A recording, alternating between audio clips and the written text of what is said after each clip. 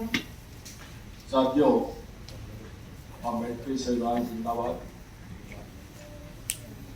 आप सभी का स्वागत करते हुए मैं इस परिचर्चा के विषय दूरी को पाटने में अपनी बात करना चाहता हूँ। विषय विशेषज्ञ के लिए बहुत अधिक समय की आवश्यकता है, लेकिन तय सीमा में मैं अपनी बातों को संक्षिप्त में रखूंगा।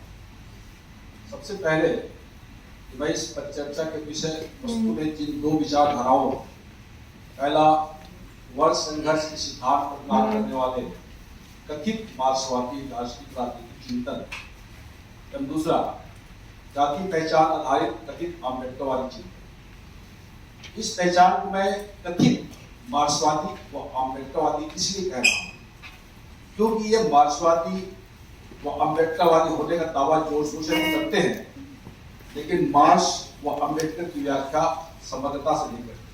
इसलिए भारत में विशाल बहुसंख्यक असंगठित क्षेत्रों के ग्रामीण व शहरी मजदूरों को संगठित नहीं कर पाते।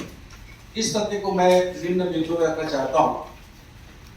भारत में शोषण का एक विशेष व्यवस्थागत हथियार जन्मगत जाति उत्पीड़न का है। इस तरह की जाति व्यवस्था शेष दुनिया में नहीं है।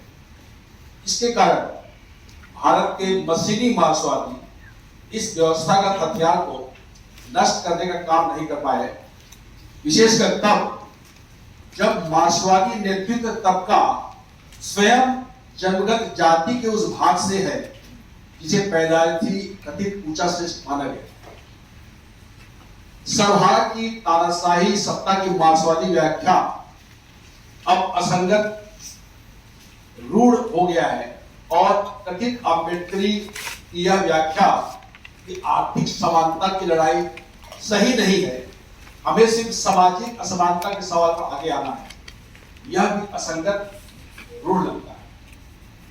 लेकिन संपूर्ण रूप से आर्थिकी व सामाजिक समानता दोनों का लक्ष्य लेकर एक साथी लड़ाई लड़ने की जरूरत है, जो अनिवार्य रूप से समसामयिकी है। हम देखते हैं कि मजदूर आंदोलन के झंडा बरदार अपने बहस व लक्ष्य में जातिवाद से मुक्ति पर अवैज्ञानिकता का परिचय देते यह कहते हैं कि मजदूरों की सत्ता आने पर हम आसानी से जातिवाद को नष्ट करें। मजदूर आंदोलन के आर्थिक सवाल पर जिस तरह की सक्रियता मार्क्सवादियों की है, यदि उसी तरह जातिवाद उन्मूलन पर आंदोलनात्मक सक्रियता होगी तभी यह लक्ष्य प्राप्त किया जा सकता है। इसलिए इस नेतृत्व को जाति उत्पीड़न की गहराई का एहसास नहीं होता और इससे जो खाई सामाजिक बनावट में मजदूर वर्ग में बना हुआ है, उसे खत्म करने की दिशा में वह रणनीति नहीं बना। दक्षिणपंथी ताकतें अपने हजारों सांस्थानिक हाथों से लोगों में, विशेषकर मजदूर के व्यक्तिगत ही नहीं, मजदूर के घर के अंदर बाहर जो कथित धार्मिक उपक्रम करता है और इसके मूल में मजदूर वर्ग को गुलाम अंधभक्त बनाना होता है, उसे बाहर निकालने की कोशिश वह मार्क्सवादी चिंतक कर नहीं सकता, क्योंकि वह खुद इस उपक्रम में जाने अनजाने शरीक रहता है। वह कथित मार्क्सवादी तभी तक रहता है जब मजदूरों के आर्थिक मसलों को सलटाता रहता है, जिसे आमतौर पर अर्थवादी भुलावावाद के नाम से जाना जाता है। लेकिन इस अर्थवाद से हटकर वह शोषण करने के लिए बनाए गए जातिवादी व्यवस्था पर हाथ नहीं करता। जातिवादी शोषण और आर्थिक शोषण से पिसता हुआ यह वर्ग, असंगठित मजदूर वर्ग, अपनी प्रकृति से परिवर्तनकारी शक्ति है, लेकिन इसे मार्क्सवादियों द्वारा छोड़ दिए जाने से उस शक्ति को अम्बेडकरवादी होने का दावा करने वाले अपने जातिगत पाले में घेर लेता है। हम देखते हैं कि ये कथित अम्बेडकरवादी अपने जातिगत पाले में रखने के लिए वे सैद्धांतिक राजनीतिक व्यवस्था परिवर्तन के चिंतन से नहीं, सिर्फ और सिर्फ वह अपने को उसी जाति का है के आधार पर जोड़ता है। इनके द्वारा मौके पर अम्बेडकर को अप्रासंगिक अर्धसत्य शब्दों से बोलकर कहते हैं कि आर्थिक समानता की लड़ाई बेमानी है, सिर्फ सामाजिक समानता के लिए काम करना चाहिए और उसे जिस जाति के अस्तित्व के खिलाफ लड़ना चाहिए लेकिन वह ऐसा नहीं कर उस जाति का ही संगठन बनाकर अपनी स्वार्थ पूर्ति करता है। ये कथित अम्बेडकरी नेता अपने बातों में इस बात को प्रमुखता से उभारता है, देखो कैसे मजदूरों की राजनीति की बात करने वाले किस तरह से जातिवाद भेदभाव की बात नहीं उठाते। यह बात जो कि लोगों ने देखा है, इससे उनकी बातें सही भी लगती है। संक्षिप्तता इन दोनों पक्ष की भूमिका से हम पाते हैं, विशाल असंगठित वर्किंग क्लास भुलाओं में फंसकर संगठित नहीं हो पा रहा है। लेकिन ये सत्या अपनी कमजोर सैद्धांतिकी को दूर कर ले तो वैकल्पिक प्रगतिशील जनवादी आंदोलन आगे बढ़ सकता है। अब धीरे धीरे दोनों ओर से कम ही सही लेकिन ठोस गोलबंदी और साझा संघर्ष की ओर बढ़ रहे हैं, जो एक शुभ संकेत है।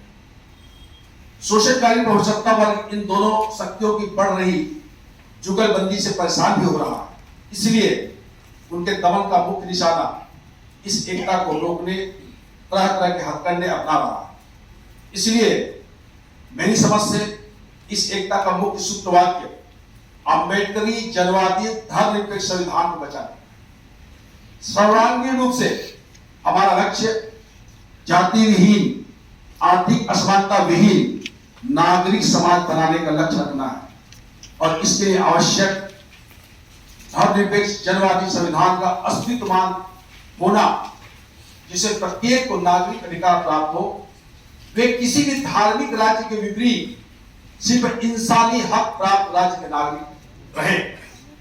इस उद्देश्य से मजदूर वर्ग की सत्ता प्राप्ति के आकांक्षी और सामाजिक बराबरी के अम्बेडकरी चेतना के आकांक्षी दोनों के मूल उद्देश्यों की एका होगी और सही परिणाम प्राप्त होगा।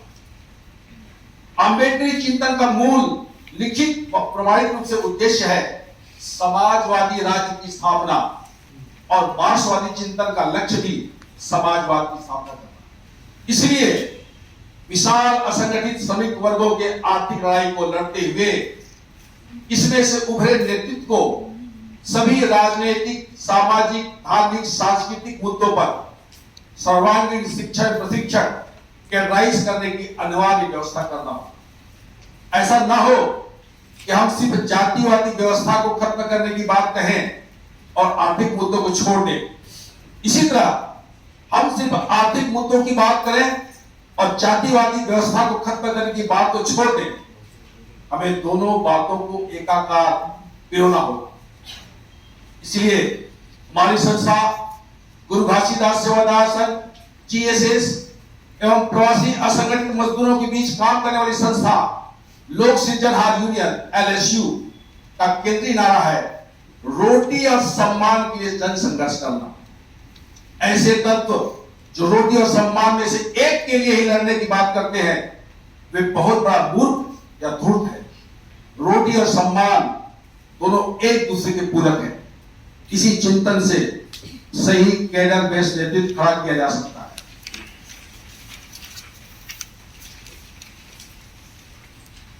इसी कैडराइज समझ से उस आत्मघाती सोच और कार्य को खत्म किया जा सकता है जिसमें जन्मना जाति आधारित पहचान के आधार पर ही किसी का मूल्यांकन किया जाता है।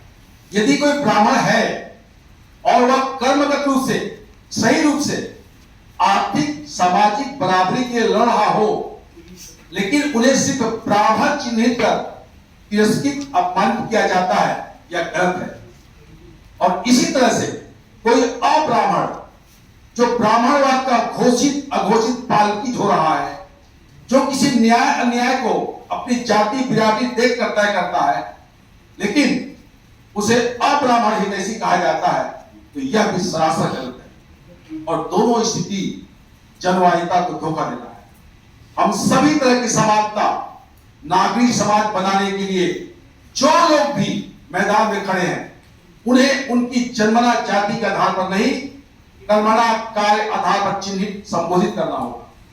प्रभुसत्ता वर्ग बड़े पैमाने पर सांप्रदायिक तनाव हिंसा फैलाने, लोगों को बांटने और बहुसंख्यक श्रमिक वर्ग को यह कहकर कि हम उनके लिए ही हिंदू राष्ट्र बना रहे हैं, इस भुलावा भ्रामक प्रोपेगेंडा को यदि हम अपने कैडर माध्यम से कन्विंस नहीं कर सके तो हमें अपने मिशन में सफलता नहीं मिलेगी। हमें अपने कैडर मिशनरी को चलाने बौद्धिक बल के साथ भौतिक बल भी पैदा करना होगा। साथियों, थैंक यू वेरी मच।